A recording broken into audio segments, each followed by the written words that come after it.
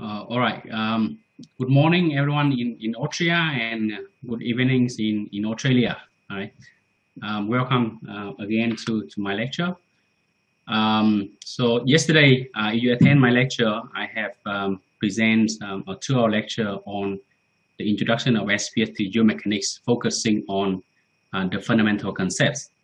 For today's lecture, I'm going to focusing more on the application side of the SPH methods. And I will mainly presenting to use the capability of what SPS can do to solving some sort of challenging problem. And as usual, before I start my lecture, I would like to acknowledge the contribution of my colleague, is Professor Nguyen from the University of Adelaide. He has been working with me for, well, we are collaborating with each other since last 6-7 years and has producing very productive outcome, both in terms of research funding, PhD supervision, and scientific research. And here, I also would like to acknowledge the contribution of my former and current PhD student who has made significant contribution to this talk. Now, this is the content of my lecture today. So I'm going to first very quickly to go through a review of the SPS methods that I described or explained yesterday. And then I'm going to focus more on the application of SPS. And in particular, I will focusing on 3 aspects of soil structure interaction, localized failure and fracture. And finally, if I have time, I will presenting the couple hydromechanical problem. And I will end my presentation with some conclusion and outlook. Now, this is something what I presented yesterday, and this is the foundation or the basic SPS formulation which can be used to calculate or to estimate a few variable at a given location.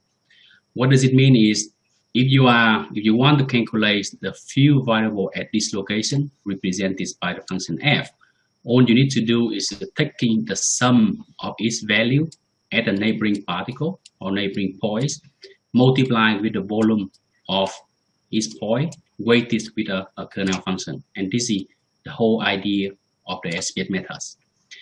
The concept is quite straightforward. So when you are doing this weighting average, you need a kernel function. And this kernel function needs to be satisfied a number of conditions that we discussed yesterday. And keep in mind that there was quite a number of confusion in the literature, which mostly due to the wrong choice of the kernel function. And if you are missing this, I would recommend you to go back to my lecture yesterday. And based on this basic SPS formulation, we can, using the Gaussian theorem, to establish the gradient of a function in SPS, which basically can be calculated by the gradient of the kernel function instead of a function itself. And again, because of this, we need a kernel function to be a continuous first or second derivative. Now, from here, we can using this SPS operator to approximate the governing equation for soil or for geomechanic application, which basically using the operator here to approximate this spatial gradient. And you need to keep in mind that when you apply the SPS operator to approximate or to criticize this term, sometimes a good SPS operator might become a bad choice. That's what we discussed yesterday. For instance, if you're looking at here, 3 basics SPS formulation, which can be derived based on the foundation formulation. You can see that this equation is not good because it's actually produced a very noisy sort of the gradient view approximation. It can be improved by removing the error from the Taylor expansion series, that's what I discussed yesterday, or even completely remove the error, as you can see from here, to obtain the high accurate approximation up to the second order accuracy. But the good thing, the problem is, for this, what we call a good SPS operator, it can be good for the density and strength approximation, but it's not good for the momentum equation because it does not produce the momentum equation that conserves the linear and angular momentum, which is something we discussed yesterday. And for this case, we actually need to use a BART SPH operator to obtain a momentum equation that conserves both linear and angular momentum. And this is, to me, this is quite a beautiful feature of SPH, where you can play with a mathematical equation to obtain what you are required for particular application. So I'm not going to go in depth of this articulation, just some quick review of the key feature of SPH. And now I'm going to focus more on the application side. Now, for here, what I'm going to do is I'm going to more or less presenting some key concepts and then showing you the key results that we can achieve with the SPH methods. I will spend a bit more time on this problem where we need a new sort of concept model to describe this problem, which is quite different from the traditional approach, that where I will focusing more on the details. For the rest of the application, I will focusing on the demonstration of application. Now we start with the soil structure introduction that I call here. So what is the challenge? And here, what I'm going to show you is I'm going to show you two of the, to me, is quite challenging application of soil structure introduction that is not easy to investigate by using the experimental techniques or some standard numerical methods. For example, in this case here, you see that this is what we call the segmental retaining wall system, which basically commonly used to reinforce the slope. This kind of segmental retaining wall system have a size up to even 1 or 1.5 meter width, which is very commonly used in Japan to stabilize the slope, will be up to 10 to 15 meter high. The reason is because this kind of the system are very suitable for stabilize the slope under earthquake loading condition, because when you have an earthquake loading condition, this sort of the flexible structure can tolerate the displacement and therefore can still stabilize the slope, unlike the rigid retaining wall system. The design of this system is really challenging, especially if you have to conduct experiments. Just imagine that if you need an experiment up to 10 to 15 meter high to basically optimize the shape of the retaining wall. For example, what is the optimal shape and things like that would require significant time, effort, and money. And as a result, for this type of application, computational modeling would be really advantageous. And we also need to use some sort of advanced numerical techniques to which is capable of modeling not only large deformation but also the flexible interaction between soil and the rigid structure. The other type application are related to what we call the control structure or debris flow control structure. This is an example of debris flow. And to control or to delay this sort of debris flow, what we normally do is we install some sort of thing like a check dam system or even the buffer system, right, along this sort of channel here, just to delay the speed of the debris flow. And again, this problem are extremely large scale, and design the suitable height or the suitable distance requires large scale investigation, and it's very difficult to conduct the experiment to optimize this sort of system. And one again, this sort of problem require a massive some sort of prediction of debris flow, which is not easy to handle by the traditional numerical methods. And as a result, these sort of two applications are really challenging for both experiments as well as the traditional numerical methods, and therefore advanced numerical methods such as point-based methods, SPH, MPM, or particle finite elements are a good choice. So I'm going to show you two of these applications to show the capability of the SPH methods. Now I'll start with the retaining wall system, which I name it as the dynamic structure.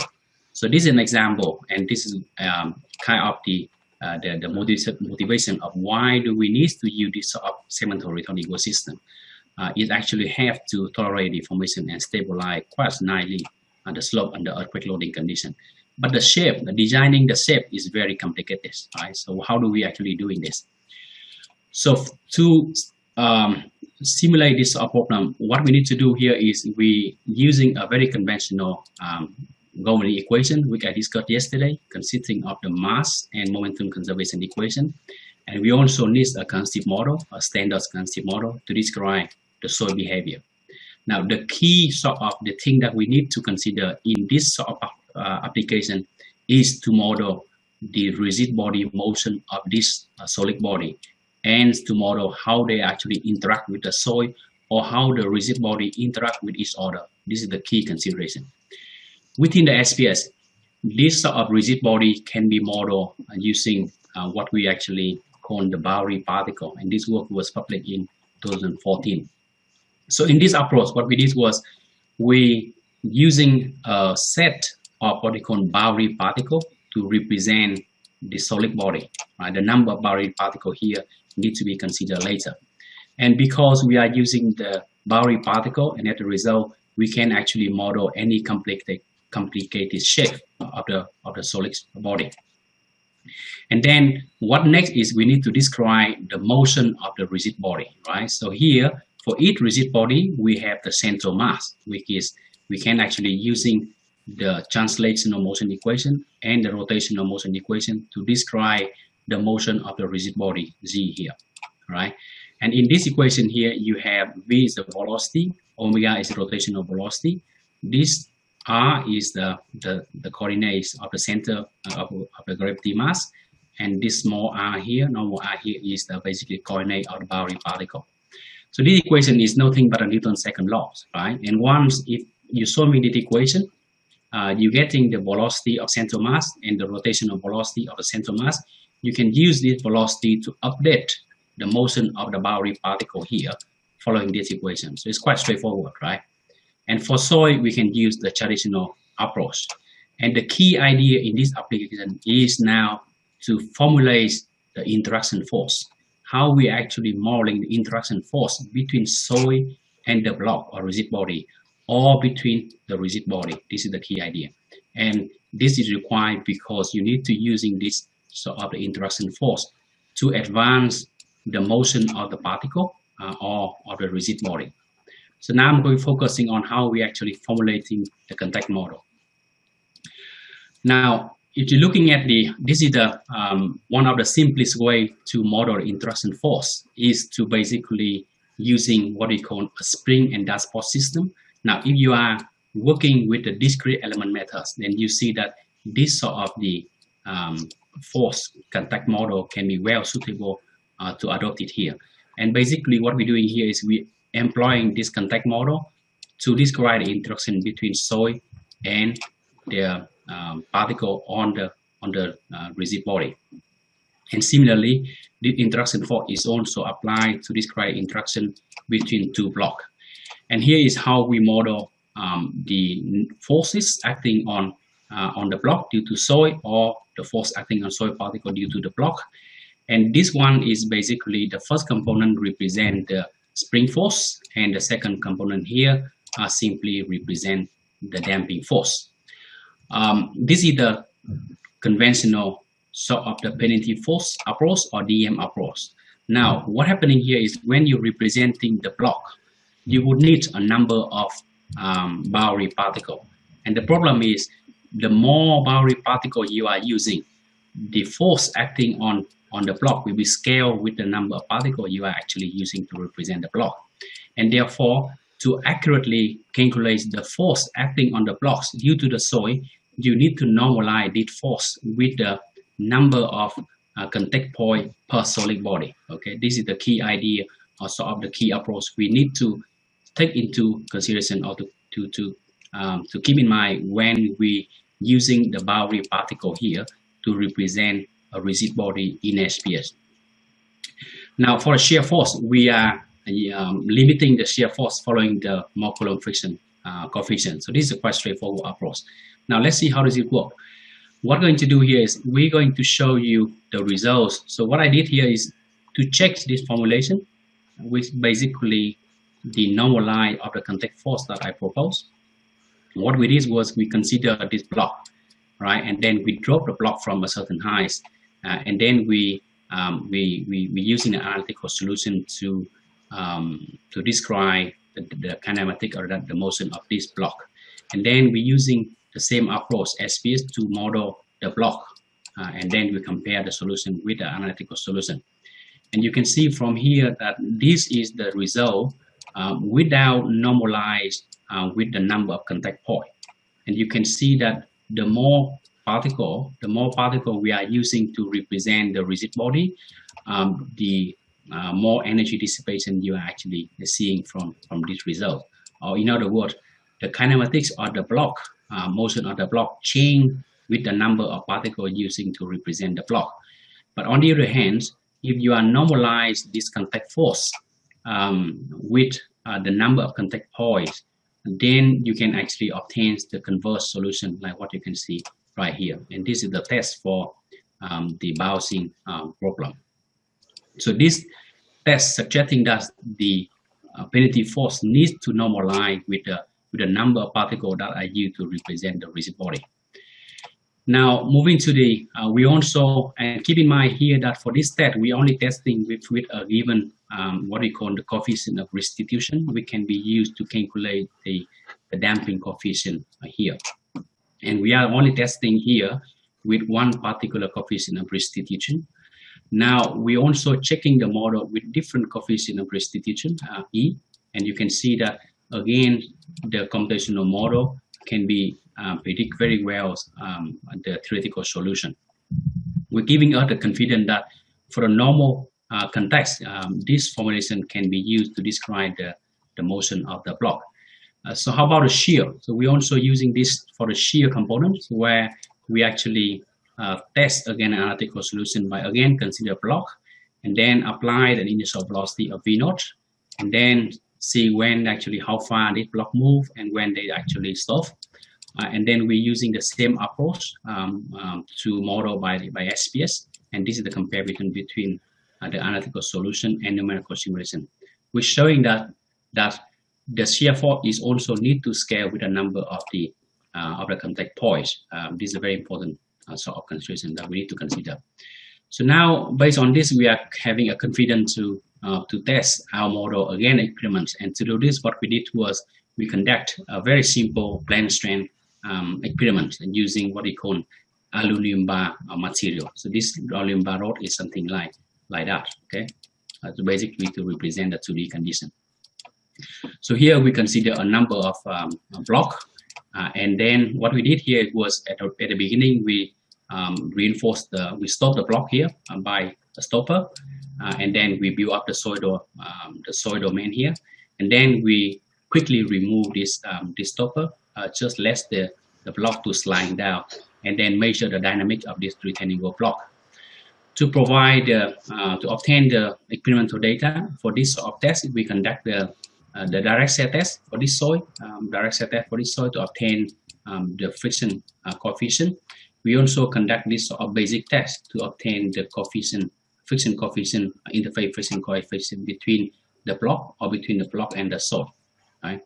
So this is just quickly give you the idea of the experiment. This is how the block actually collapse in the experiment, and we actually measuring the displacement of this block to compare with the experiments, and also the deformation of pattern of this granular material. And this is the prediction.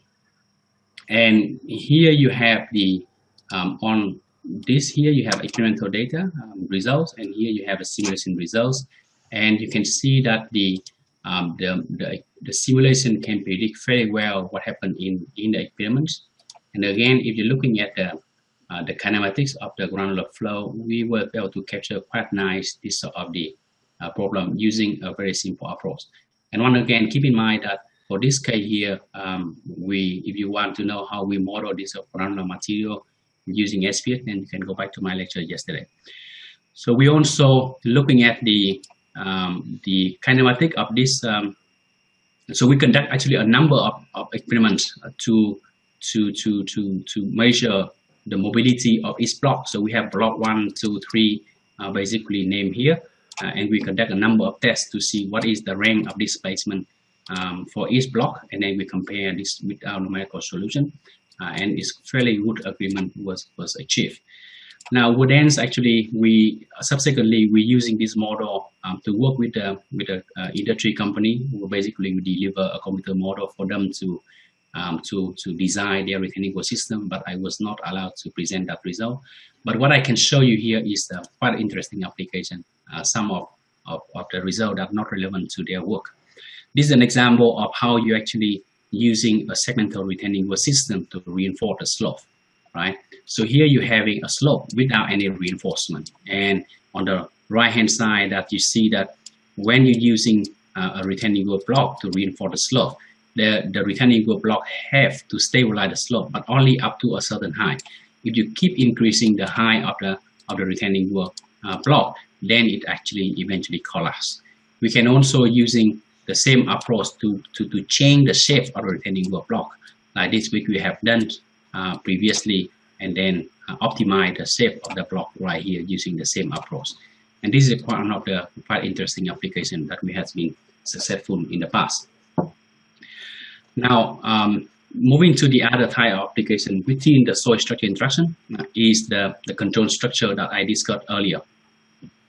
So for this particular case, we don't have to dealing with the dynamic motion of the retaining wall block, but more or less we're looking at how the debris flow interacting with the control structure system, right? So for the debris flow control structure system, we have two types of typically we have two types of the control structure. We can have either check dam system, which I believe is commonly used in Europe, and we're having the other type of the buffer system, right? For a check dam system, you're using the dam with that dimension like that, okay, to actually prevent to delay the mobility of the debris flow. For a check dam system, for a buffer flow using some sort of the column of the concrete column like what we have here, and this is how they actually install the buffer system in Hong Kong. They can either install downslope or they can either install before the rigid barrier, like what you can see from here, just to delay the speed of the debris flow before the impact to the rigid body, rigid barrier, or before the impact to the infrastructure. So what we did here is obviously this sort of the application would require significant time effort to investigate the problem using experiment research. And in fact, one of the group in Hong Kong, from Hong Kong University of Science and Technology, now trying to conduct a very large-scale experiment to investigate or to optimize the shape or the location or the distance of this buffer system using the field scale test up to 20 meter high and so on. And we had the opportunity to collaborate with them. So I'm going to show some of the results that we have been working with them. So what we do here is that group was in Hong Kong was led by Clarence Choice and Jack Ng from Hong Kong University of Science and Technology.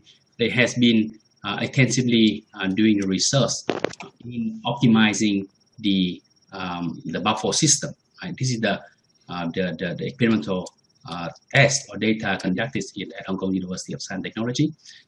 And here is the blood channel, the bridge channels. And this is the location where they actually install. This is the buffer system. And what they're doing here is they change the way they rearrange the buffer system and see what is the optimized sort of the design. So we actually obtain they're giving us data and we're testing our SPH model. So for SPH simulation of this particular problem, which is basically debris flow, what we're doing is we're using the same SPH governing equation, which consists of the mass conservation equation and the momentum conservation equation we discussed yesterday. For this type of debris flow, we are prefer to using the regulatory model, and here we're using the Bingham fluid model instead of the MUI model. We having option to using the MUI model, but the problem is the MUI model have a lot of concept parameter. We don't have the experimental data to calibrate, and therefore we adopted here a very simple regulatory model which linked to the shear strength of material through the Moore column yielding criteria, which is basically tau F equal to C plus tangent phi. So with debris flow C equal to 0, so we need to actually find out the friction angle for this sort of the application. So for the buffer, what we're doing here for a buffer, we model the buffer using a rigid boundary particle. This is something I discussed yesterday. So we're using a a fixed particle to represent the buffer here, and then we impose the no slip boundary condition to this buffer. So this is something we did previously, and this work was conducted by my current postgraduate student who have done some excellent work in the large scale application of SPS.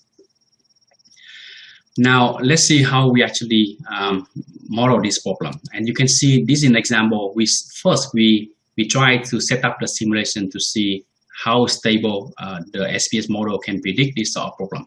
And what you can see from here is the comparison between the SPS model with and without buffer. And you can see very clear that how effective the buffer system have to delay the debris flows, right? And it look like it seemed that we actually be able to capture the experimental data here. But we don't actually stop here. We go further by context Current Choi and Edward and getting the data from them and further validate our model. This is the validation process. Sorry. So what we did was they're giving us the data, which basically the experimental data consists of the flows with buffer and without buffer. All right. So this is the experimental data without buffer. So basically, they remove the buffer. They having the initial volume of the granular material, and they just let up to flow out downstream. And then the other result with the buffer. So what we did in our test was because they actually did not provide enough information, and therefore we need to calibrate our experimental data. And this is quite interesting, sort of the thing we often encounter in computational modeling. We can have a lot of experimental data in the literature, but most of the data are actually missing the required parameter for computational model. And as a result, we always have to find a way to calibrate our concept parameter for those applications. And this case is not exception. What we're doing here is we calibrate our concept parameter with basically the friction angle for the granular flow without buffer, and this is our calibration, right? So this is the upstream flow depth, which is measured at this particular location, and this is the flow depth. Without buffer, we fine-tuning our parameter to obtain the friction coefficient, and we found that our friction coefficient are very close to the range of friction coefficient of the material that using in this test.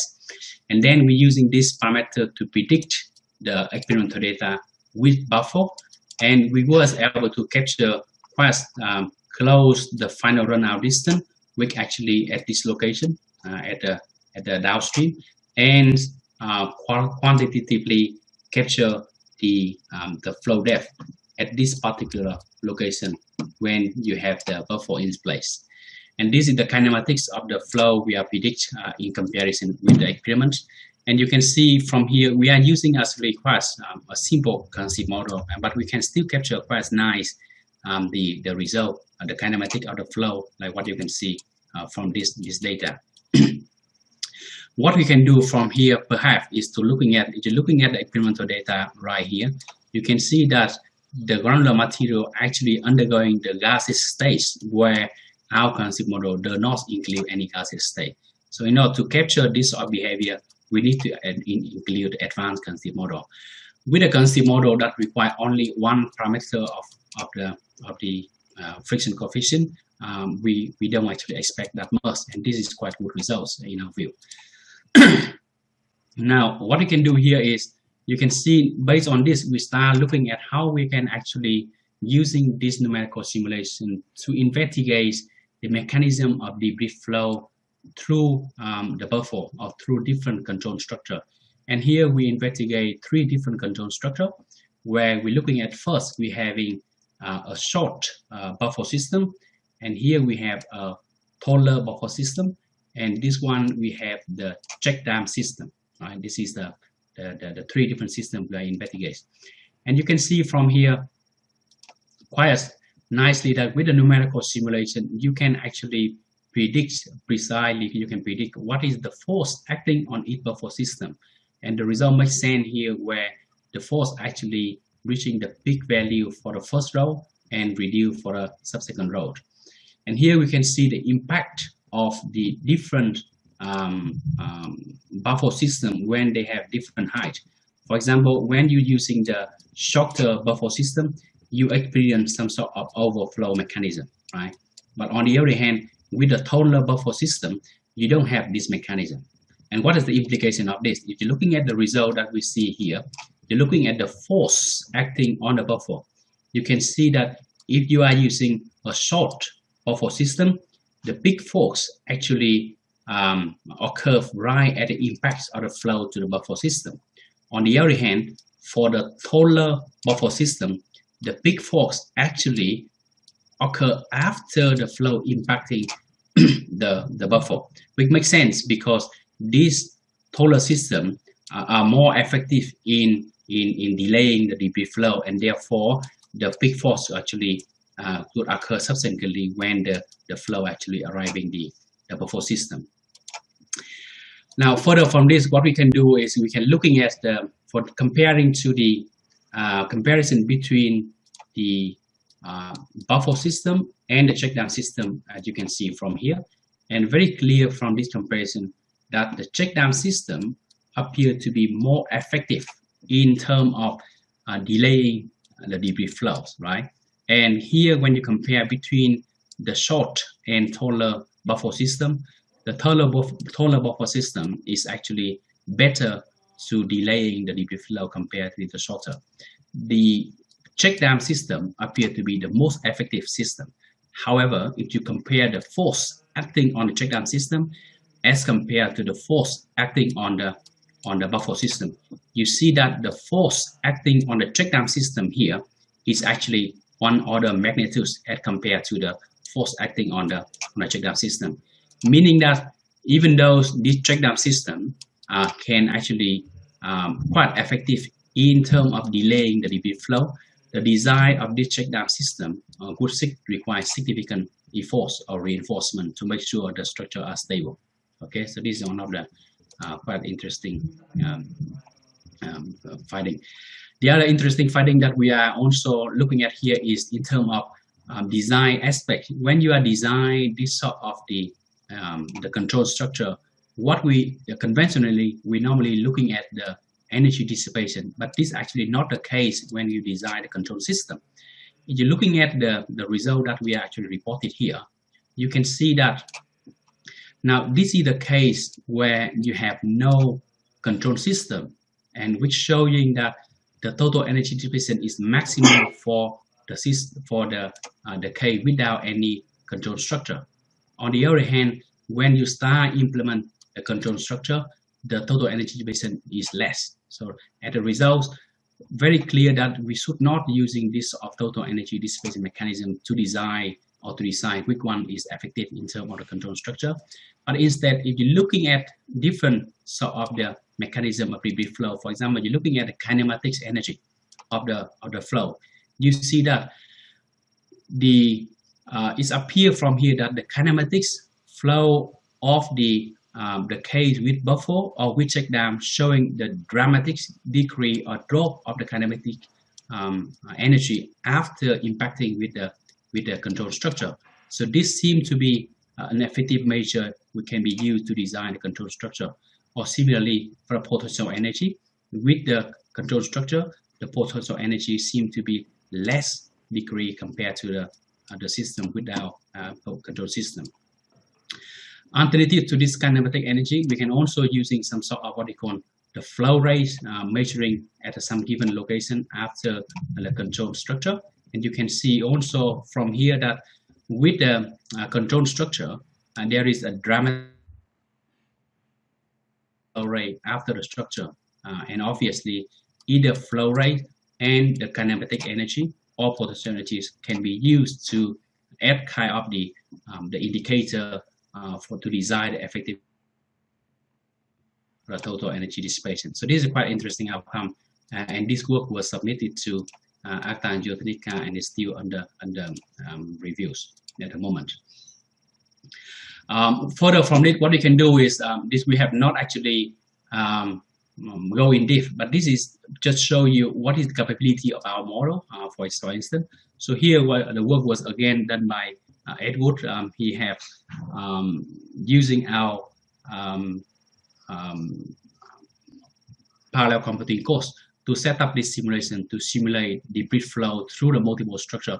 And you can see that the SPH methods are highly suitable for this sort of complex problem, requires interesting application if you're looking at the multiple control structure. Or we can even go a bit more by looking at a very complex problem with more control structure here. Is again, this test involves millions of particles conducted using our high performance computing course. So this is just to show you the capability of what you can do with the SPH methods in terms of soil structural interaction. And I'm not going to go the detail on this application further. All right, so that is the first application of the soil structural interaction, which show you some capability of SPH to model the dynamic structural interaction and the interaction between the bridge flow and the control structure system.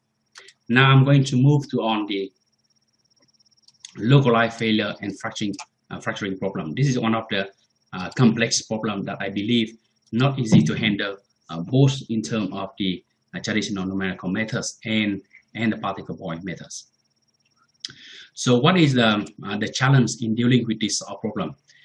Now, if you're looking at the failure of the material at the field scale, right, and you can see very clearly that the failure at the field scale was actually started at a much lower scale, right, at the RVE scale or even grain scale, controlled by eventually the interaction between grain particle right here.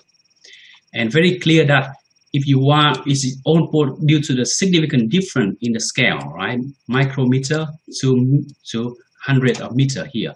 It's impossible to bring this grain scale to the field scale. And as a result, what we normally do is we formulate a concept model at this RVE scale. So this is the way we are normally did. And we have been very successful in formulating the concept model at this intermediate scale, we call RVE scale. And we have been also very successfully to fitting our concept model to existing experimental data. And this data here show you very clear of how well we can fit our concept model into the existing experimental data. The problem is this sort of the fitting nature can only correct or only suitable for a given scale. When you change the different scale or when you change the sample size, you need to fit the model again, right?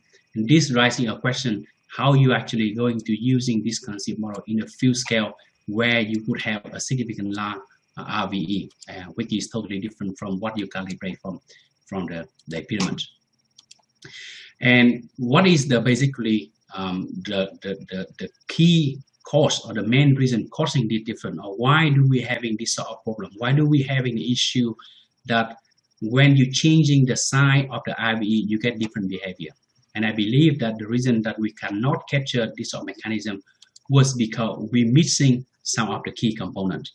And this was the work actually initiated by my colleague, Nguyen from the University of Adelaide, who actually pointed out that existing concept model here were actually missing a very key component.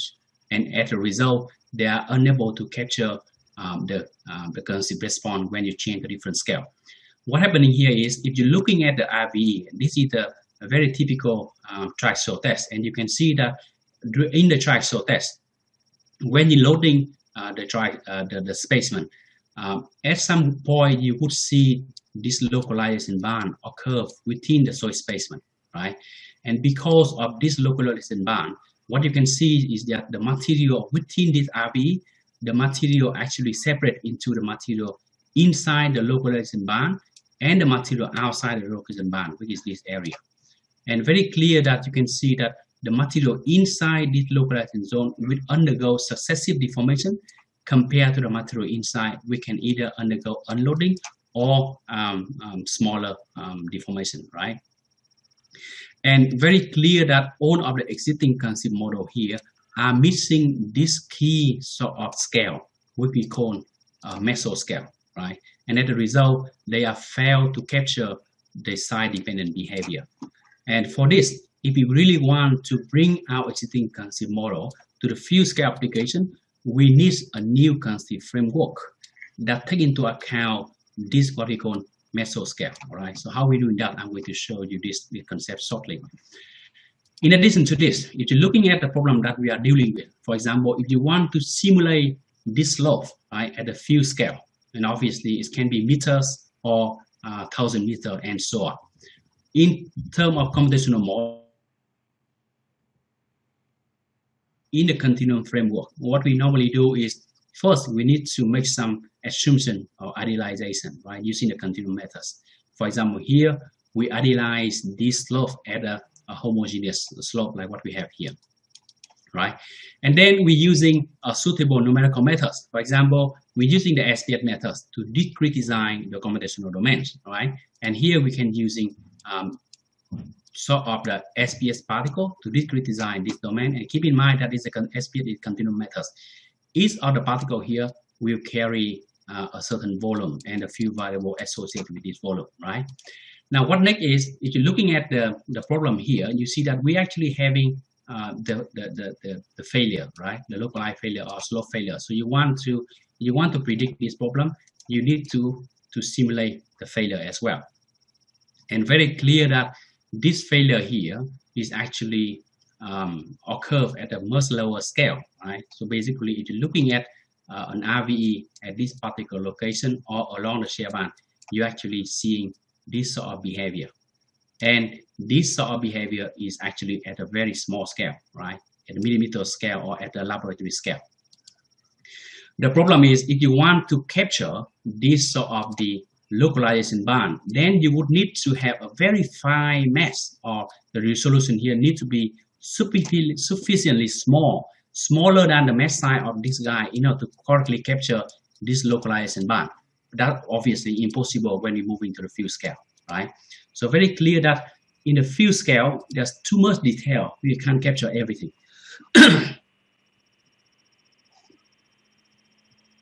If we want to use existing concept model, we need to upscale the concept model. We need to find some sort of mechanism to confidently using the existing concept model that is developed or calibrated at the labs and bring to the fields, right?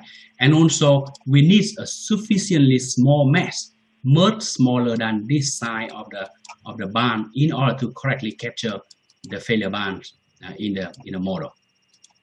Obviously, this is impossible, right? When you're moving to the field scale, all of these are impossible, right? So what we can do, here is we can actually come up with a better approach. So imagine that now you don't need to use a very fine mesh to capture this.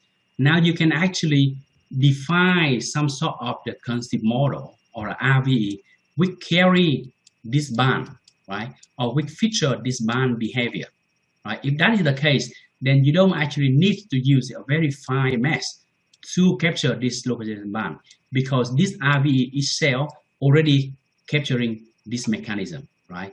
And if that is the case, what we can do next is we can using this RVE here to actually replace to replace the SPH particle, or in other words, this SPH particle now, regardless of the size, can carry this RVE, which basically is carry a localizing band. And now what we can do is we can model this failure by one RVE here, which is basically carry out this localization band. Or we can model this failure by using one SPH particle that carry a localizing band. So this is the key idea and why we need to be using this sort of a new concept framework, a new concept model. I hope I make that clear. Now, so how do we actually develop? Obviously, starting from here, all we need to do now is we need to establish a concept model for this sort of RVE. Because keep in mind that at the moment, or existing concept model, we're actually using a homogeneous RVE. We don't have an existing concept model that incorporates this localizing band. So now we need to establish the concept model for this new RVE that we just discussed, okay? So what we're doing here is, all right, I'm going to show you how we're going to establish that concept model. Now for this case, once you actually agree with the concept we just discussed, basically one SPH particle will carry a localizing band, or actually represent a representative volume element with possessing a localizing band. Then all we need to do is we follow the conventional approach where we actually still using the governing equation, which consists of the density and mass conservation and momentum conservation equation, where now we need a new concept model for stress tensor, which can be actually required here.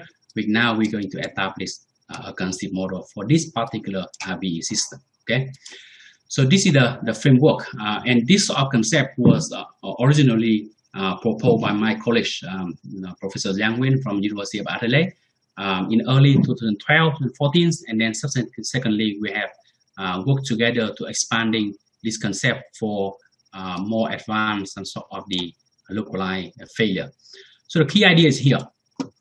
This is the again, this is the triaxial test that you can that was conducted by Asipli and Stew in 2000, and you can see from here this is the two distinct state of deformation. At the beginning of the triaxial loading condition, you see that the RVE here actually undergo more or less homogeneous deformation across the RVE, right? Or the experimental specimen basically featuring the more or less homogeneous deformation. But up to a certain loading point, you see that you start seeing the localization band that develop within the specimen, which basically differentiate the element or separate the element into two distinct zones that have inside the localization zone where you're having successive deformation, and the outside localization zone when you have unloading condition. We have actually conduct some tests to prove that the material outside actually undergo unloading during the localization deformation process. Now, based on this physical observation of the experiment, what we're doing now is we're going to define a new RVE that is basically representing these elements. But before that, what you can still see here is, if you're looking at this is the deformation process, right? And if you're looking at the load displacement, you can see that before the localization occurs, you have actually a unique some sort of the stress-strain relationship for the entire RVE, because the deformation are still more or less homogeneous, which meaning that existing concept model can still valid up to this point, up to the bifurcation point, where the deformation are more or less homogeneous. But when you actually go beyond this point, right, when you start seeing the localization band to develop, and what you will see here is that the material outside the localization zone will undergo unloading process, while the material inside the localization zone will keep undergoing the deformation or localized deformation, right? What we actually measure in the experiment is the boundary value problem at this location is actually the combination of the outside and inside response, which actually giving us the average response. This is the macro response. Okay, so this is the sort of the physical mechanism we observe, and we have several tests conducted to prove this observation. Now, what we need to do now is we need to having a concept model that capturing this sort of mechanism, right? So what we're doing now is, okay, we based on the experimental observation that we are seeing here, we're going to define a new some sort of the representative volume element. And keep in mind that in the traditional concept model, the RVE are actually homogeneous. Now, what we're doing here is we go a step further by assuming that the RVE here are now crossed by a localization band, which is this guy here. Okay, so that's the key idea. The new RVE now actually consists of the localization band, which actually having a thickness, represent the thickness of the localization band, and also have the orientation, which represent the orientation of the localization band. And based on this assumption, what we can do further is we can actually separate. If we're accepting this assumption, which is basically correct because we actually replicate the physical experiment. Now, what we can do further from here is we can separate the behavior of the RVE we defined. The behavior can be now separated into the behavior of the material outside only, where we have the homogeneous material. And because the behavior outside here are homogeneous, we can use our conventional concept model to represent the behavior of the outside material.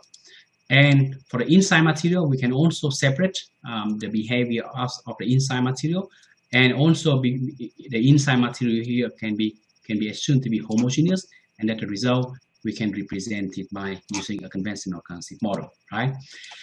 And what we're doing here is then we formulate what we have. We have a concept model for the inside material. We have a concept model for the inside, for the outside material, right? And then what we can do next is we can actually combine. We need to find a way to actually combine these two together to represent the mechanism that we discussed before. Okay, so how does it work? What we're doing here is, all right, start from the RVE we discussed earlier, and this is the new RVE we established, which consists of a cross by a localization bar. What we're doing here is first we need to define the define the macro strength. Right? Previously, if the RVE are homogeneous, then you only have one strength component. Now the RVE consists of the material inside and outside the localizing zone, and therefore the macro strength we assume here is the average or the volume average of strength outside and the strength inside, which is basically here, where this is the volume fraction of each component of the RVE. And then what we need here is we need the strength inside the localizing zone, and where we actually using a very sort of the standard approach, kinetic enrichment that is commonly used in the literature to calculate or to link the strength inside the localizing zone. So what we have here is, based on this assumption, we have the stress-strain relationship for the outside material. We have the stress-strain relationship for the inside material, each of which I assume to be homogeneous. We have the kinematic enrichment for the strand outside and the inside. What we need to do now is we need to actually establish a governing equation for the macro or for the entire element, which is the macro stress. The macro stress are basically the average stress of the new RVE that we have just defined. Okay. Now, so how can we do? This is how we connect. This is on the sort of assumption or condition we discussed earlier. We have the kinematic enrichment, and we have the assume of the volume average of strength. All of this has been commonly used in existing numerical methods. So this is a very common approach. But how we are connecting them is actually the problem. So what we're doing here is we start by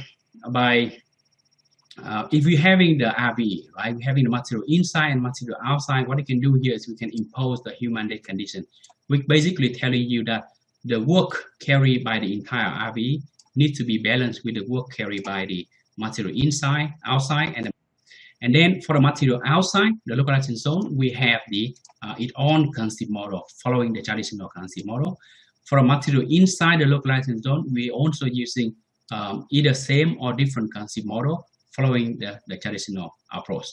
And here, if we combine these three conditions together, what we can do is we can actually obtain or automatically derive this sort of the condition, where you can, looking at this one here, you can see that this condition is actually telling you that this sort of the human dead condition automatically results in the continuity of the stress across the interface.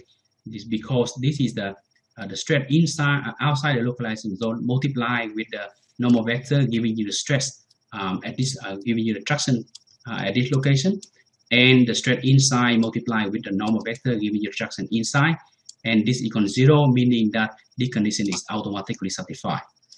And here we have the macro stress, which again the average stress of these two components, and all of these are actually come naturally from this human dead condition that we impose. Okay, and from here we actually can derive a general concept model, and this is the relationship between stress and strain, and here is stiffness matrix, and you can see from here that this stiffness matrix now consists of the stiffness matrix of the material outside, the material inside, the volume fraction of the localizing zone, and the shear band thickness. And because of this, our model are actually automatically capture the side dependent behavior, and I'm going to show you how they're actually capturing this behavior. Now moving to how about the computational aspect, which means the stress return mapping and algorithm? So all we have, this is the example of the model. Each of the particle here is actually carry out a RVE or an RVE that have a localized zone. And what we do is we're starting from strain, right? This is the deformation here, giving us the velocity, which allow us to calculate strain. Now, starting from here, strain will allow us to actually calculate stress, and based on stress, we actually can check to see whether we actually have a localized failure or not. And here we're using the Rice and Rudnicki criteria to check this condition. And what we can do next is, if the localization occurs, then we can actually using the condition to work out the displacement term across the localized zone. And from a displacement term, we can back calculate the strain increments outside and inside of the localized zones. And starting from here, we can work out what is the stress inside, the stress outside. Somebody. 我刚才我静音了，怎么还有声音呢？ Can somebody please mute yourself? I still hear some background noise.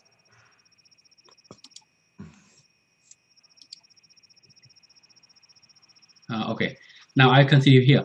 So now you can see from the displacement term, we can calculate the strain increment outside the localized zone and strain increment inside the localized zone.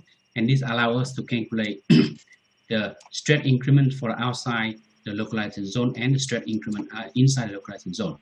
And once we're having these two components of stress, we need to undergo the iteration to ensure that we satisfy the traction continuity condition across this localized zone. And from here, once this satisfied, we actually can obtain the macro stress, which is basically the volume average here.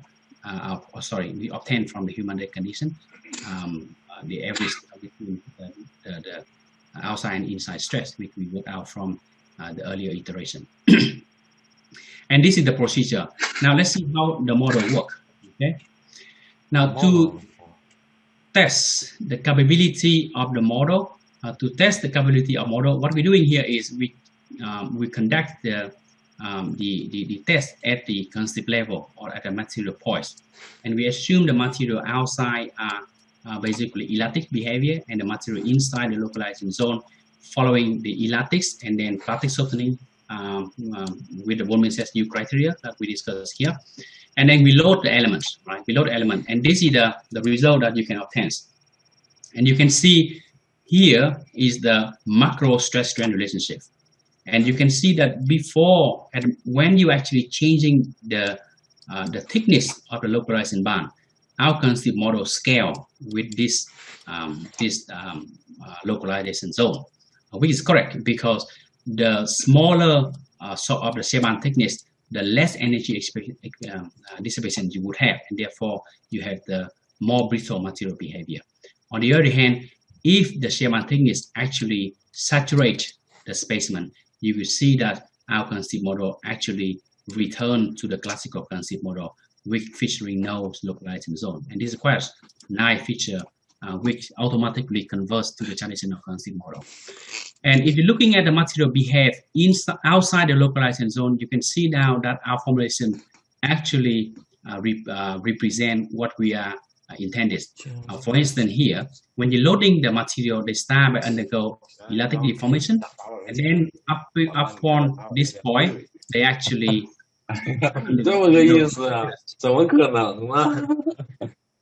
I can't continue with this background noise. Oh. Okay, Professor Bui, Professor Bui, you can mute all the people. All right. Okay, so this is the material outside the localized zone, which is actually undergo unloading behavior, which is expected outcome. And if you're looking at the material inside the localized zone, you see that upon reaching the bifurcation point, they actually continue undergoing the loading process, which is what we actually intended to do. So basically, the concept model at the material point or at the concept model follow exactly what we are formulated. Now let's see how does it work here in terms of capturing the finite element solution.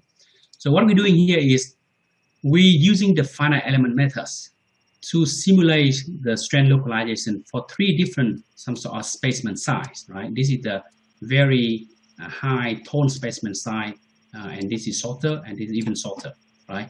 And we also using a consistent mesh to make sure we actually produce the consistent shear band inside 3 specimen. And then we measure the macro stress-strain relationship.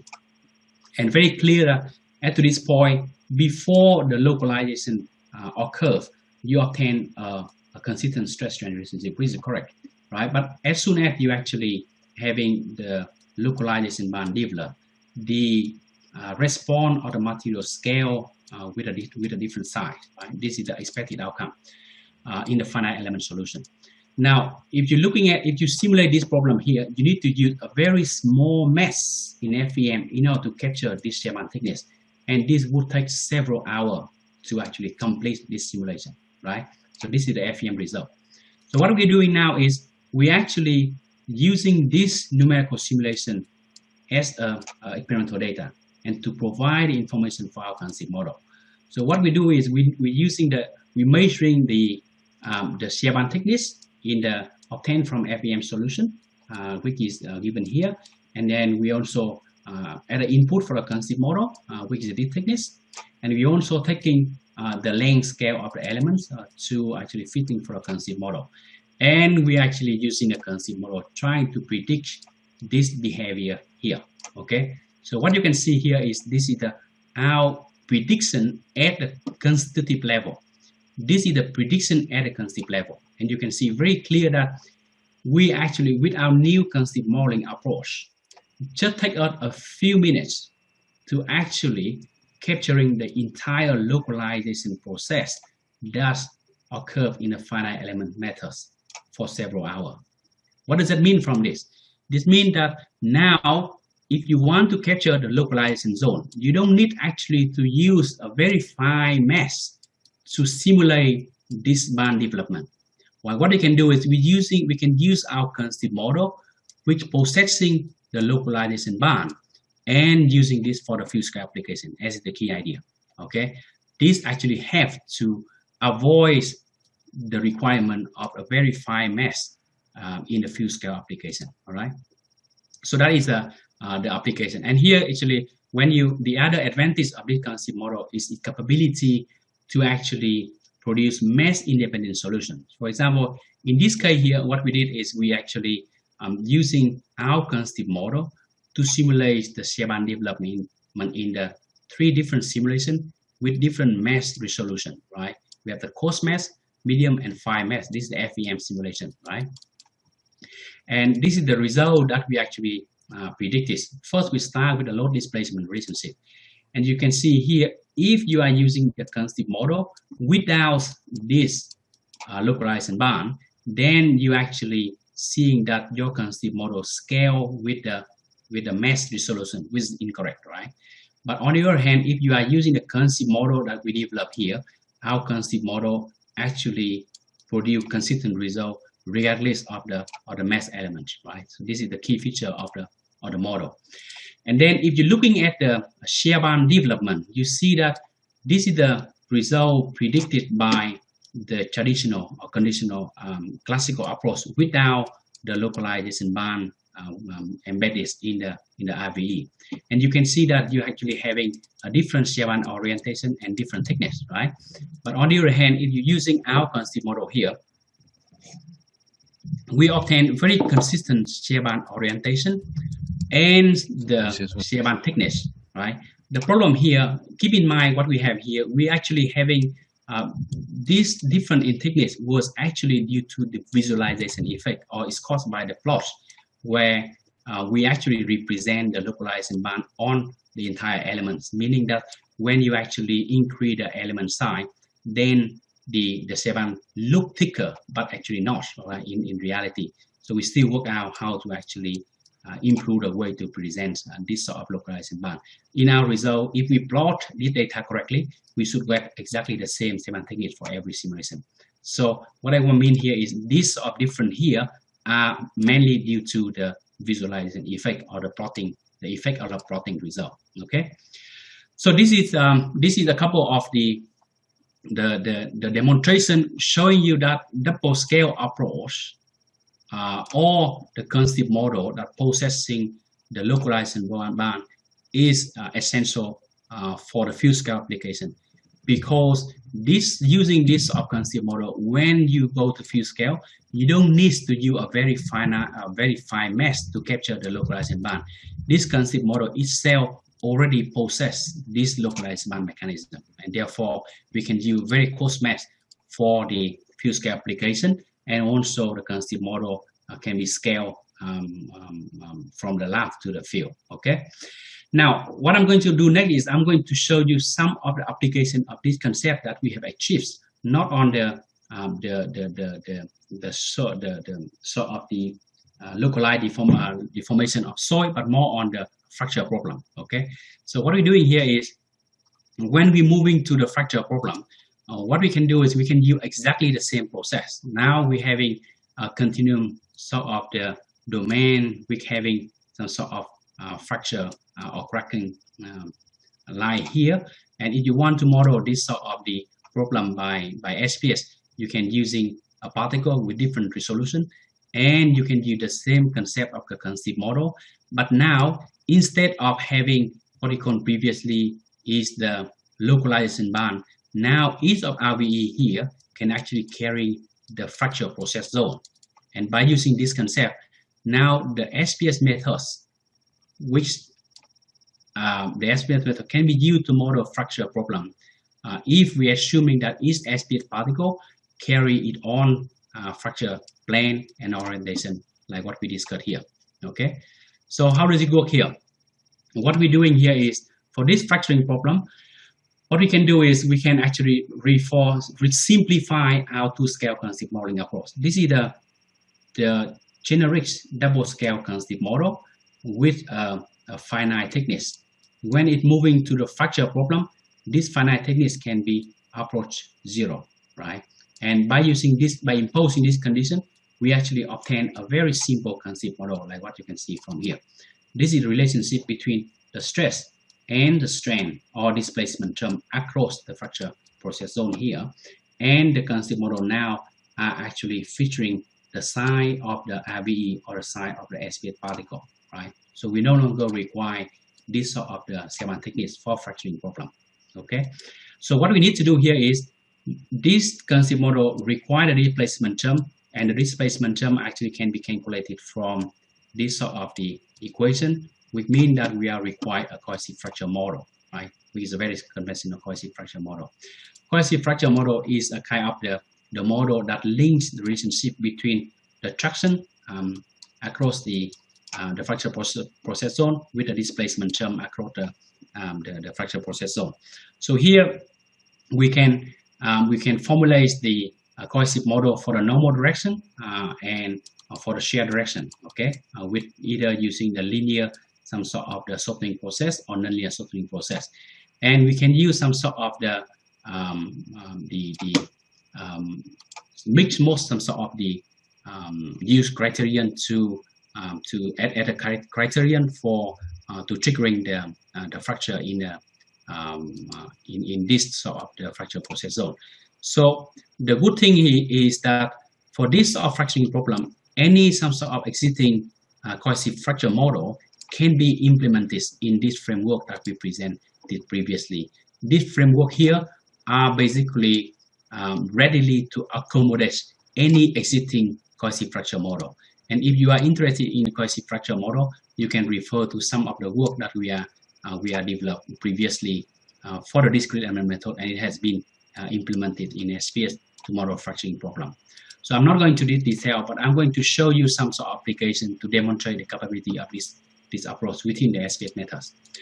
Now, what we're doing here is we actually modeling this problem with SPH, and keep in mind now that this hedge for fracture problem are actually approaching 0. Okay, so for this case here, we using a two-scale model with embedded fracture process zone for each SPH particle, and then we conduct a test. Basically, this is a test, pooling test, and trying to see how the model responds. And here is the results for SPH simulation for the pooling test. And this result are actually compare again analytical solution for different particle resolution, which is the distance between these two particles. And this is the 1D solution. And we also conduct a test for 2D condition, that you can see from here, which is again, we can see that our solution here are actually consistent regardless of the distance between particle, or in other words, the model here can actually produce the mesh independent solution. Okay, and this can either actually exponential or linear function can be used can be adopted in the current approach. So this is quite a simple test. Now we're actually moving further to actually predict more complicated tests. For example, here what we're doing here is we're actually predicting the 3-point bending test, right? For 3 different specimens with different sizes, okay? This is large size and then reduced in the size. And this work was conducted by one of my PhD students, Nguyen, and published in IJDF journal. And this is the result predicted by SPH. And you can see that here, the computational model actually can predict the behavior of material with different sizes, right? And then when you actually changing the mesh size that you to actually discretize this beam, you obtain more or less similar results. So the results are quite consistent, right? Telling you that this sort of concept model have to actually remove the mesh or discretization by us. And this is the fracture pattern that we can obtain from the SPH simulation. And this is how the fracture developed into a damaged variable, right? And keep in mind that this is only mode 1 fracture, right? How about a more complicated mode, for example, mixed mode fracture? So we also actually trying to using the methods to predict a more complicated problem. For example, here we are trying to simulate the test conducted by Lim in 1994, in which he actually conduct a series of the semicircular bending tests on soft rock. Okay, so in this test, he having the semicircular this like this, and then he having a notch, right, which is this one here, the notch, and the notch angle will change, right, like what you can see from here. And then he applied the load on the top surface, right, and then he measuring the force acting on the loading roller, as well as how actually the fracture developed from here. Okay. Now this is the parameter reported in his paper. Some of the parameter was not reported, so we have to figure out or calibrate our parameter based on this data. So this is the data presented in the paper. So basically, he's saying that when you're changing the angle of the notch, okay, you're seeing different fracture pattern. You said this is a fracture pattern, right? Different fracture pattern. And then based on the force actually measure from here, they can also calculate what they call fracture toughness in mode 1 and mode 2, and then he will able to come up with this some sort of the relationship between fracture toughness mode 1 and mode 2 fracture toughness. Okay, so what we're trying to do here is we're trying to predict this experiment and see whether we can actually reproduce this relationship or not using our new computational framework. So here is what we did. Now, if you're looking at this is the SPH discretization of the semicircular bending test, and here we have the roller, and we apply the load from here using the boundary particle. And this is the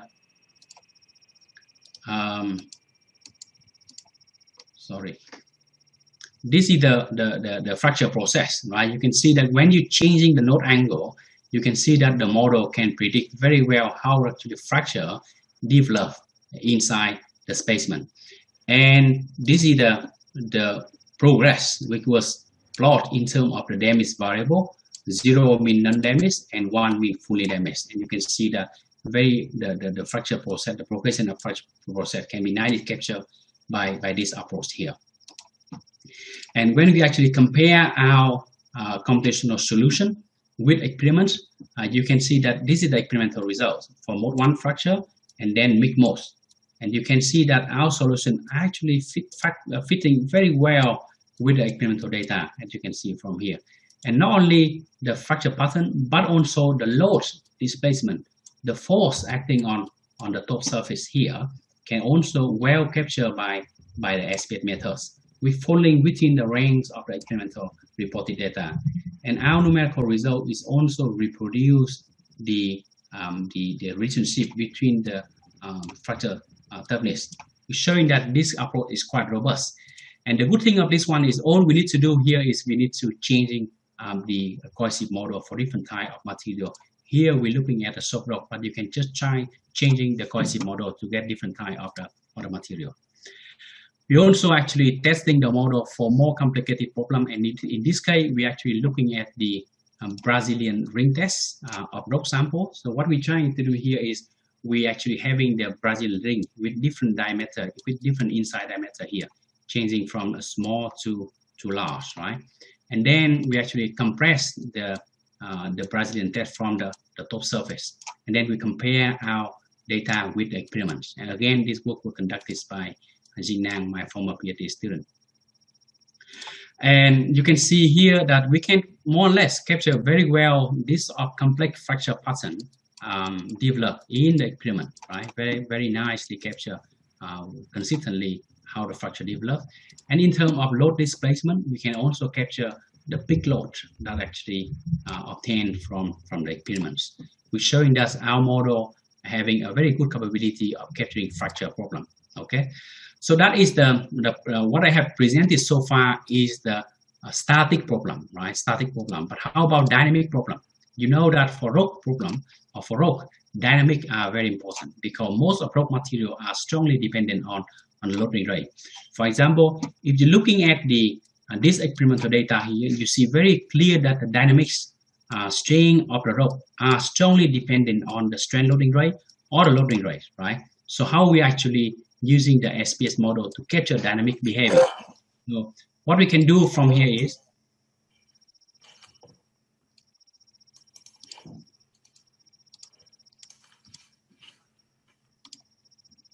what we can do from here is we can actually further extend the method.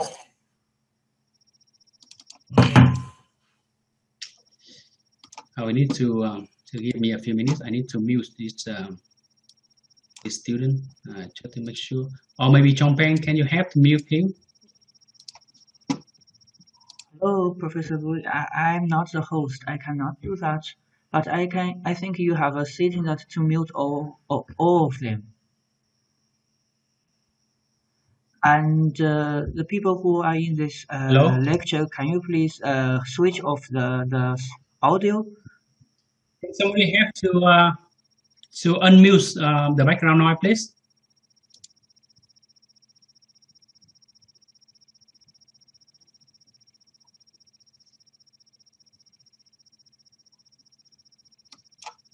No, Professor Bui, I'm not the host. I cannot do it.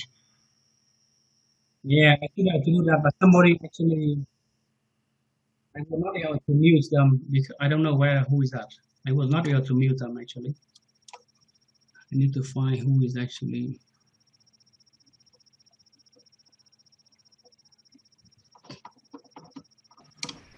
So, yeah. Yeah, somebody here. Professor Weigu, are you there? I think it looks like the noise comes from yours. All right. Yeah, I will check that. Can you hear me? Okay, I think I mute all. I'll continue my presentation. Yeah, can you hear me? I will check that. All right, and I will stop. All right. Yes. Yeah, just go. Now, yes. Just go on. Thank you. Yeah. Just go. I'll continue. Yeah. Okay. Now what we're doing here is so I'm talking about the dynamics problem. So we know that here the rock actually have inherent some sort of to the loading rate, and we can see from this experimental data that the shear strain or the dynamic strain of rock are significantly depending on the loading rate, where upon a certain some sort of loading rate, the strain are significantly increased. Now, what can we do with SPH to capturing this problem? well, of course, we're having a different methodology to capturing this rate-dependent problem. But one of the most simplest way, which is the very traditional way, even though I'm not actually liking that approach. But what I can show you here is what we can do with the current two-scale model. Now, the simplest way to do is we're still adopting exactly the same two-scale concept model, but changing the cohesive model, take into account the rate-dependent behavior. It's very simple, which means you only need to reformulate the cohesive model to take into account the rate-dependent behavior. The rest of the concept model remain unchanged. All right. So if you're doing this, you will able to capture very nice and sort of the rate-dependent behavior. For example, this is the SPH prediction of dynamic problem, dynamic fracture problem. Again, was conducted by my former PhD student. So what we're doing here is we're trying to simulate the experimental data by Chon and Schwartz in 1990, a very long time back. They conducted a three-point bending test under both static and dynamic loading condition. And what they're doing here is they're having the nodes at this location, and they're having the parameter gamma to control the place or the location of the nodes, and they apply the load at this location. Okay, so they found that under the static loading condition, or quasi-static loading condition, they see that the transition failure modes occur at the gamma equal to 0.7. Okay, when this gamma equal to 0.7, you start seeing the transition mode when they start from inclined to the vertical, right? But for the dynamic load, right, the transition failure mode occur at later when gamma is actually equal to 0.76, right? And you can see before that you actually seeing this inclined failure, and after that you see vertical failure. So this sort of challenging test we want to capture by SPH to see whether our model can capture this sort of transition failure mode or not. So what we're doing here is, again, we're using the SPH methods with the two-scale model for it, in which each SPH particle actually possessing a fracture process zone.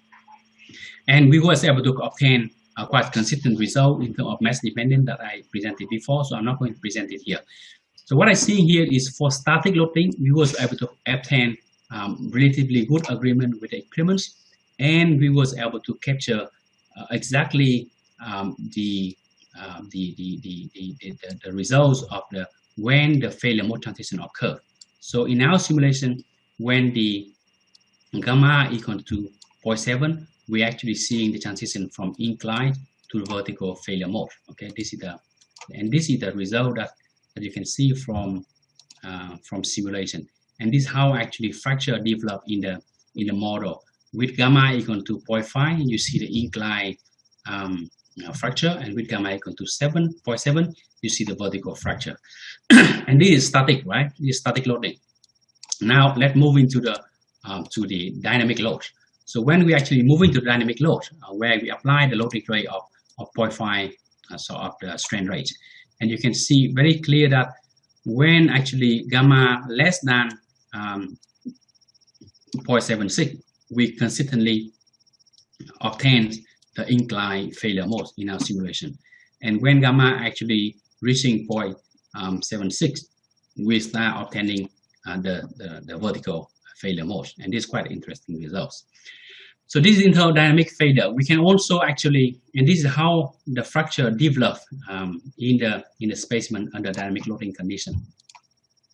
And we can also actually capture how the fracture propagates in the experiment. For example, in this case here, this is the experimental data reported by Zhang and Zhao for the split Hopkinson bar. Okay, so what I do here is they're having a specimen. This is the Brazilian, the semicircular this specimen, and they play the specimen here, all right, within this sort of the transmission bar, and then they apply the wave to this location, and then they're using the camera to measure how the fracture developed. And this is the propagation of fracture with times that they may measure from the experiment, right? This is how the fracture propagates with time, and this is the digital sort of the image analysis showing how the fracture developed.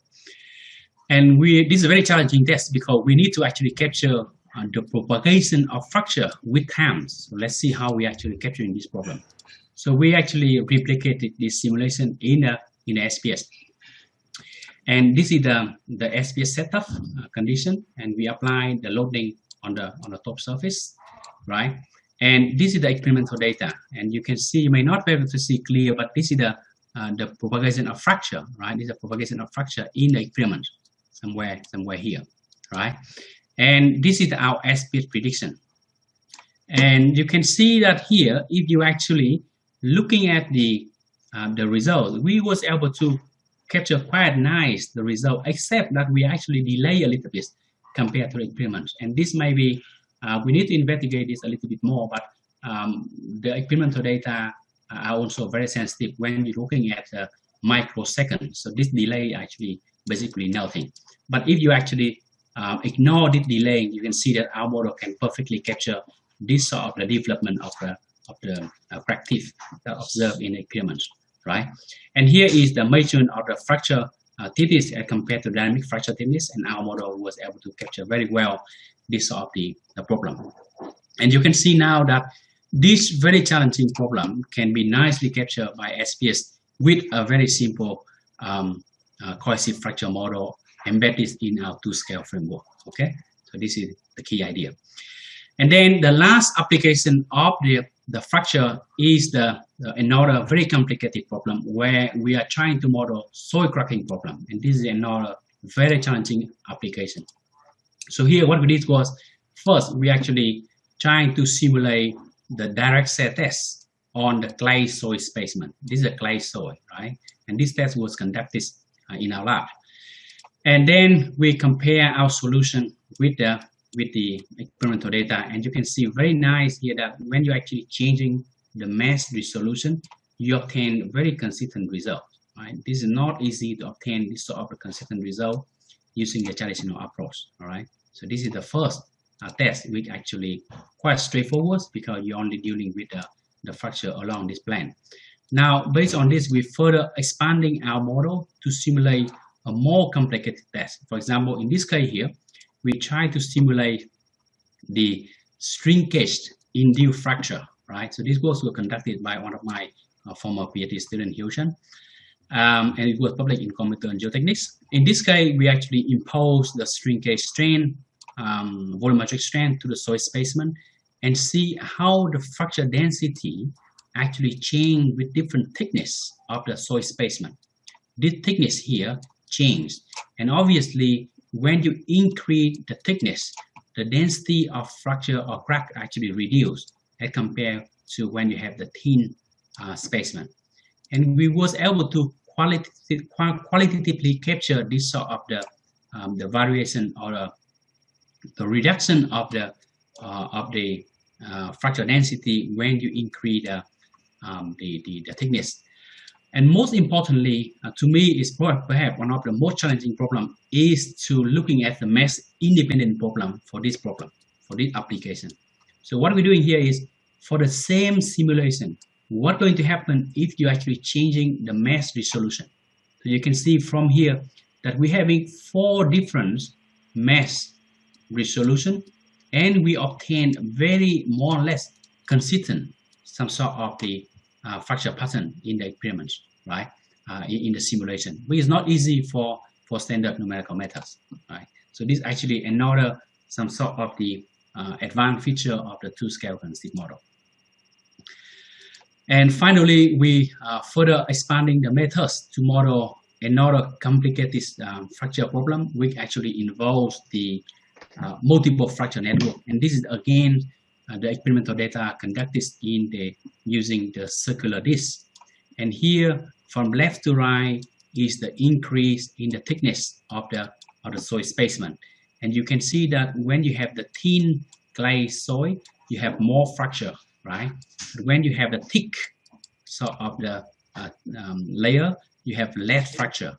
So in our simulation, this is the thin one, and this is the thick one, right? The increase in the thickness. We was able to qualitatively capture the fracture density that developed in the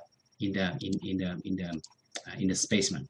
And this is how the fracture actually developed in the the simulation. And these methods, plus with SPS, allow the natural capture of fracture without any specific treatment. So with this is the end of my second application. Let's see how long do I have. I think I have, I have another 30 minutes. Oh, that's perfect. Okay. Now, what I'm going to do next is I'm going to show you the last application. So far I have shown you the capability of SPS in relation to soil structure interaction and the localized failure, and in particular fracturing problem. Now I'm going to show you another challenging problem that related to couple hydromechanical problem where we need to work with the multiphysics. Okay, so this is something I'm going to show you. Now, so how do we act? Why do we need this sort of the SPS model? Now, I believe that if you are dealing with the couple hydromechanical problem, if you're dealing with the problem like seepage flows or embankment stability analysis, you don't need to use advanced numerical methods like point-based methods, right? Limit element method or finite element methods are enough to actually help you to dealing or to predicting this sort of problem. What we want is we want to go further to predict the entire failure process, right? And to model, for example, internal erosion causing by the seepage flow, where the seepage flow actually carry the 5 particles away and leaving some sort of space inside the embankment. This is where we need some sort of advanced numerical methods. So how do we actually doing this? So to model this sort of the multi-phase problem or couple problem, what we can do is we can start by using the multi-phase mixture theory, right? So this is the general framework. This is nothing new, but actually the multi-phase mixture theory. So we're looking at the representative volume elements of an untreated soil, okay, which basically consists of 3 phases: solids, liquids, gas, all right? And assuming that if you don't have the air and water dissolved into water or water is thrown into air, then these 3 components can be actually represented or modeled by 3 sort of homogeneous phase, each of which here occupy the same volume of the RVE, right? So here you have the water, air, and solid phase, the homogeneous phase. And from here, what you can do is you need to define what we call the partial density for each of these homogeneous phases. So we have the density, total density here are equal to the sum of the partial density, and you have also need to define the relationship between water and air, which can be linked through a degree of saturation. And then you also need to define the partial stress, where the Newton's causal stress apply here with the total stress, actually the sum of 3 components, with each of the component of partial stress can be defined using this relation. And finally, it's very important to keep in mind that when you actually using this homogenization techniques, you need to keep in mind the material derivative, because when you actually establish the governing equation for each phase, you actually establish on this particular framework. So when you combine them together, you need to actually take into account the interaction among phases. That's where the material derivative play a very important role. Okay, so this is the very standard approach, which is the multi-phase mixture theory. What I'm going to show here is how we actually solving this multi-phase mixture theory by SPS. Now, what we have is this is the general multi-phase mixture theory, which basically consists of the mass balance equation for each phases, momentum balance equation to describe the motion or the formation of each phases, and the concept relation. For concept relation here, you would need the concept relation for mechanical component and also concept relation for the hydraulic components. But I'm not going to the detail of it. All right. Now, what you're going to do is, depending on how we're solving this governing equation, we're going to have different versions of SPS, right? For example, the governing equation can be solved using what they call either one layer SPS particle or multiple layer SPS particle, right? So for example, if you're talking about one layer SPS particle, so basically if you're dealing with 2-phase problem, then one particle actually carry the information of both soil and float. If you're working with a 3-phase system, then one SPS particle carry the information of 3 phases, that is soil, float, and air. Okay. On the other hand, if you are working with a multiple layer, you would require two different sets of SPH particle to carry the information of each phases. Okay, for example, you would require a single set of SPH particle to model the soil component and another set of SPH particle to model the solid component. So each of approach having advantage and disadvantage. For example, the multi-phase approach here are good for the internal erosion and so on, but one layer approach here are good for the field scale application. Okay, so I'm going to show some of our recent progress on this. I'll probably will start with the multiple layer here, where we will focus on a two-phase problem and using two different layers of SPH particle. So we start by establishing the governing equation of this system. So you have the mass and momentum conservation equation written for each phases, and you actually having the interaction between two phases described through the SPH force. This is a very conventional continuum mechanics. Okay, and this is the way we model this. We having the layer of water particle to simulate water phase, and we have a layer of soil particle to model the soil phase. And the interaction between these two phases can be described through these SPH forces. Okay, so how do we do this? With this here, we can derive the governing equation for the water phase and for the solid phase. Keep in mind that the governing equation here are written on the water layer and the solid layer. Okay, keep that in mind. And then this equation basically involves the spatial derivative, and we need to convert this equation into the SPH form, which we can do quite straightforwardly using the approach we discussed in the previous lecture or yesterday lecture. This is how we actually approximate the gradient of a function. We can simply replay here to approximate the diversion of this guy. Or this is how we actually approximate gradient of the momentum equation. We can be replay here to approximate the momentum equation for the fluid phase and for the solid phase. So this is quite straightforward, and I'm not going to explain in detail. If you're interested in this, you can actually refer to our previous paper or in my lecture notes. Okay, in our lecture notes. Now, what actually more focus now is to how we actually solving this equation. Solving the equation is quite tricky. Okay, so what we're doing here is we start by looking at the solid phase, and this is the governing equation of the solid phase, right? So this equation here can be for solid phase is quite straightforward because we having the constant model to calculate effective stress. We need the pore water pressure, and if all of the information are given, we can using whatever available time integration scheme like leapfrog algorithm or the predictor corrector scheme. For example, if you're using predictor corrector scheme here, first you need to predict the velocity, right, by advancing velocity to the half time step, and then subsequently you actually correct the velocity by further advance by another half time step, and finally you're taking the average of these two sort of the value to obtain the final solution. So this is a very straightforward approach, and I'm not going to discuss. The more tricky part actually is related to the water phase, right? That where here, if you're looking at the governing equation, you would need what you need here. You would need the pressure, right? You need the pressure, and basically you should actually impose some sort of the constant model to calculate the water pressure. But here we don't actually using any constant model. We don't using any state equation to calculate pressure.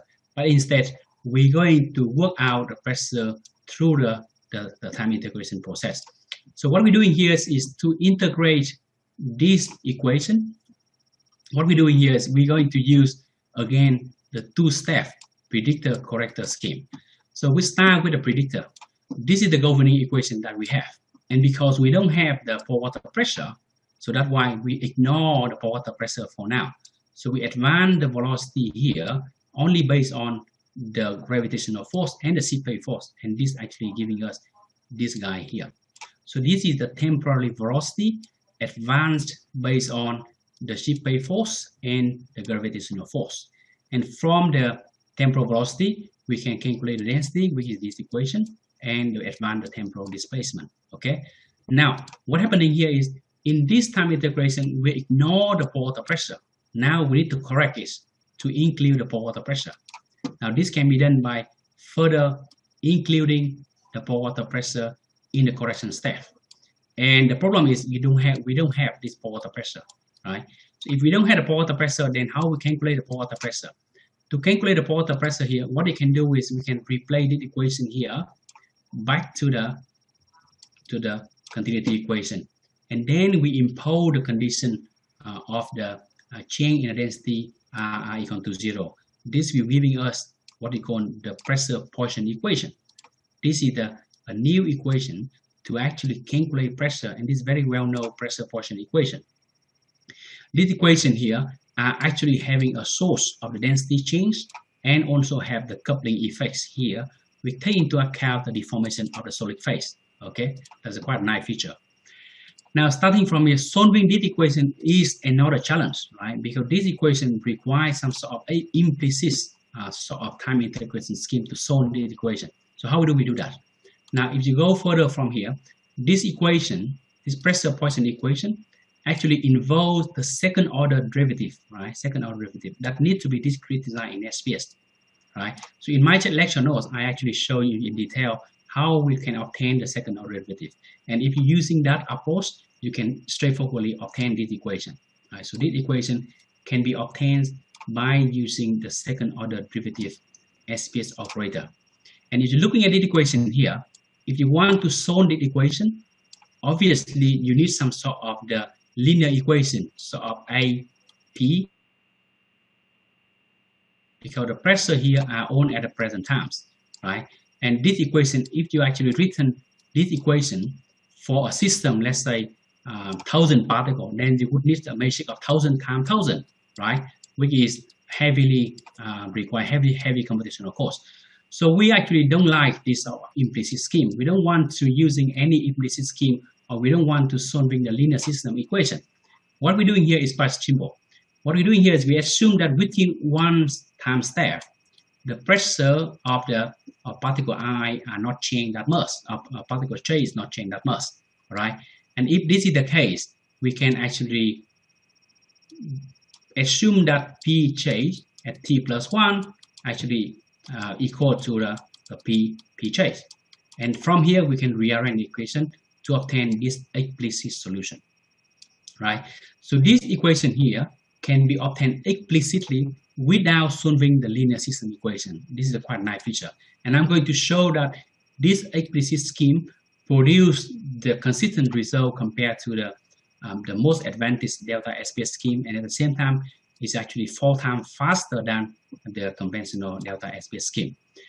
Now, in conclusion, this is the procedure we're actually using to update our two-phase framework. We have a fluid phase on the left-hand side, we have a solid phase on the right-hand side. It actually work independently, but when you actually can interact with each other using the separate force, which is basically the same component here. This is the place where you have an interaction between these two phases, and you also have the pore water pressure. This also allows you to do the interaction as well. Okay. Now moving to the application of this framework.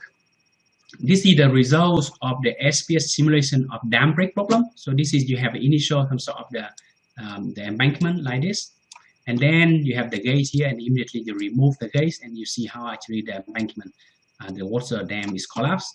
And on the left-hand side, we are using the explicit. Keep in mind the explicit solution. Okay, explicit solution. And on the right-hand side here, we have the very standard compressible delta SPH, which is very commonly using in the literature, and this is also quite stable, some sort of the solution. But the difference here is, for this case, on the right-hand side, you actually have to assume compressible flow, meaning that you need a steep equation, pressure as a function of the density.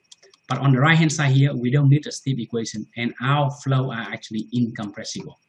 And this is the comparison between two actually solution, and you can see that this sort of the scheme produce very consistent result compared to the delta SPH scheme. What else? Now, what you can do here is we can actually further validate our model. This is the very nice set experimental data conducted by Antonia in 2013 that we have been using to validate our model. So this is the rock fill dam, right? And this is the parameter she reported in her thesis. And what she did here is she actually supply the water at the inlet here with 3 different flow rates, right? 3 different flow rates here, and this is the diagram of the experiment.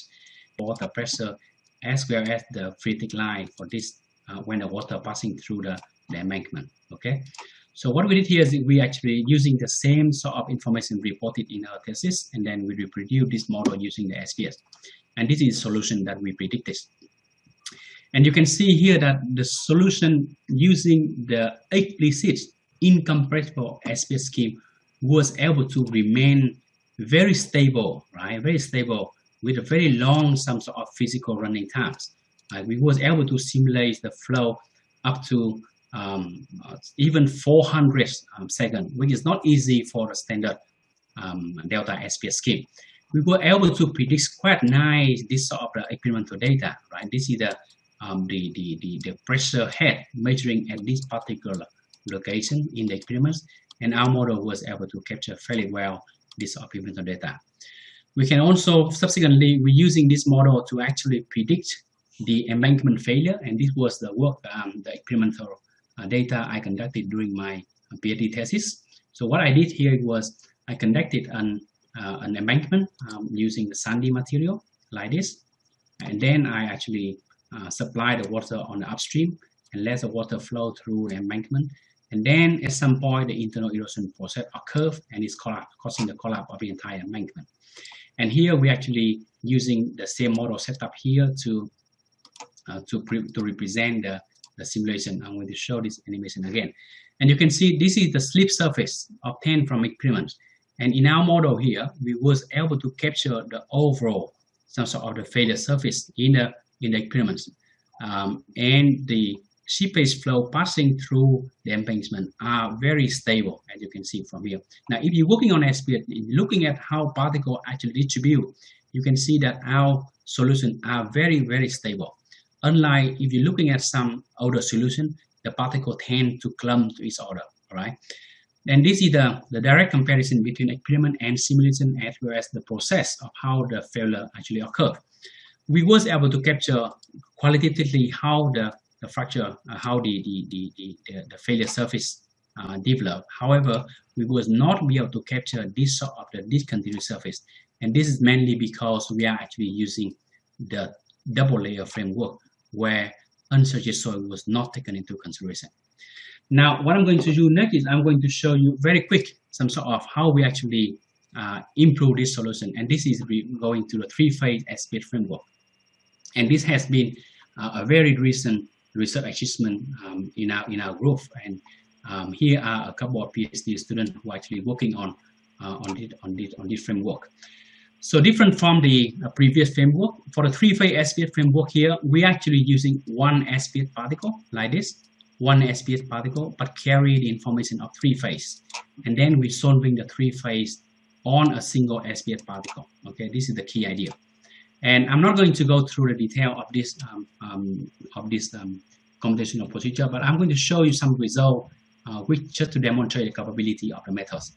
Now, with this model, when you take into account the untreated soil, and this was the excellent work done by Nguyen, who has been completing this work, and Srina, he now actually publishing this paper.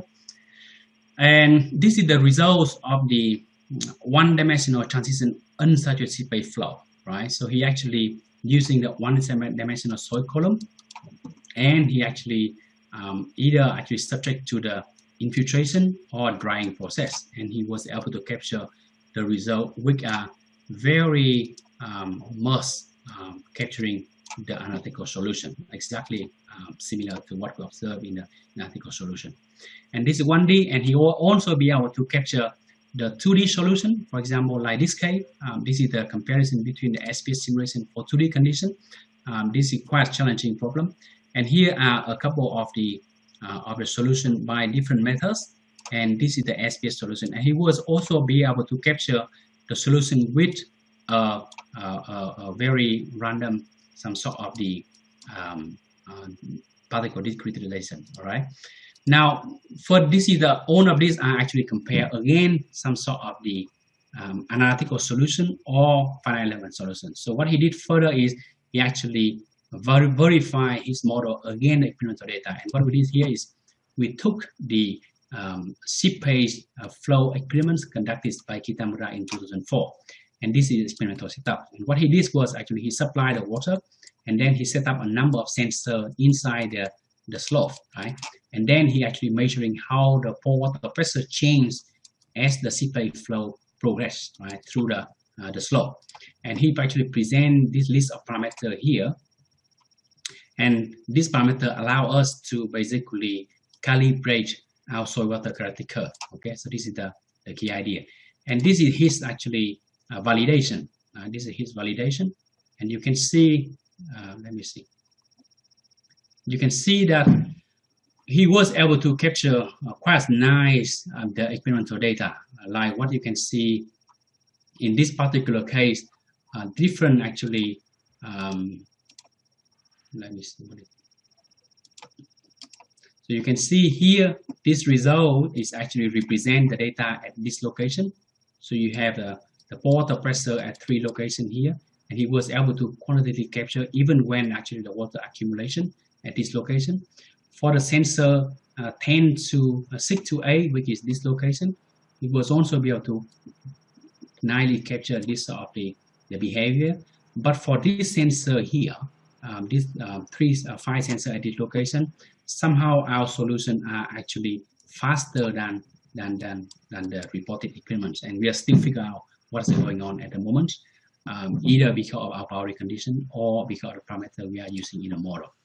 But unfortunately, for this test, he did not actually produce any sort of deformation pattern to validate our model, and therefore we have to using different tests to validate our model.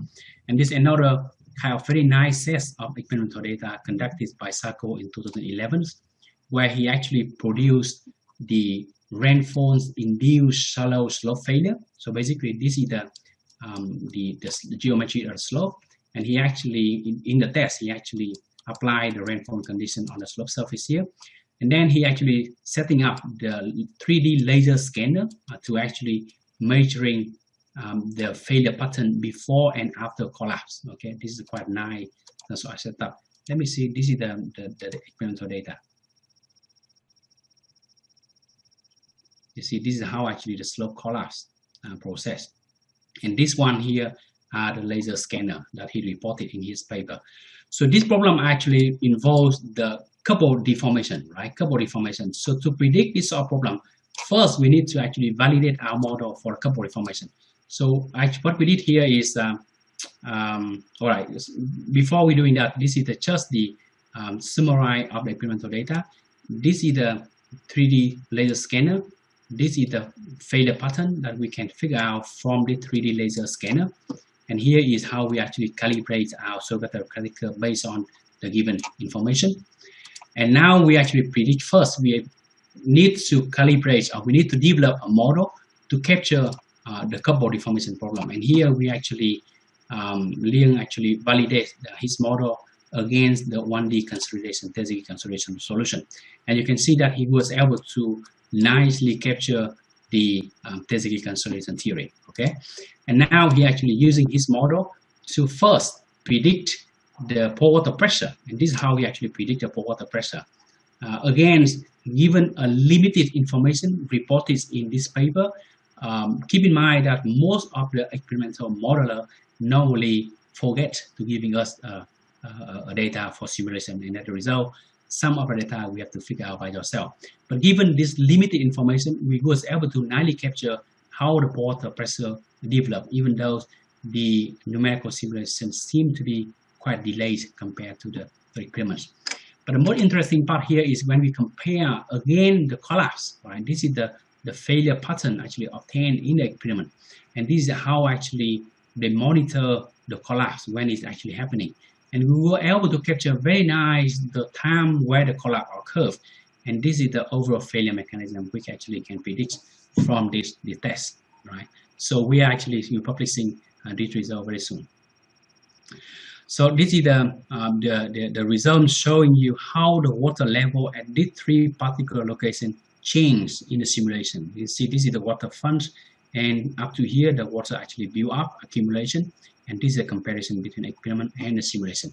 So he was able to capture very nice this sort of experiments using the SPH model, and I believe that not easy. This sort of multi-phase problem are not easy to handle using the other methods. So that's pretty much what I have for today's presentation, and this is the key conclusion that I have. So to the end, what I would conclude here is SPH is very robust numerical methods, right? So we can actually use to simulate a large number of challenging problems and multi-phase, multi-physics problem. But when it comes to modular deformation, we need to actually make sure we're able to capture the onset and post-failure problem, and that's where we need to use the scale-dependent currency model. Okay, and finally, we are actually having an advanced code at Monash, and if you are interested in cooperating with us, then feel free to contact me. Thank you for your attention.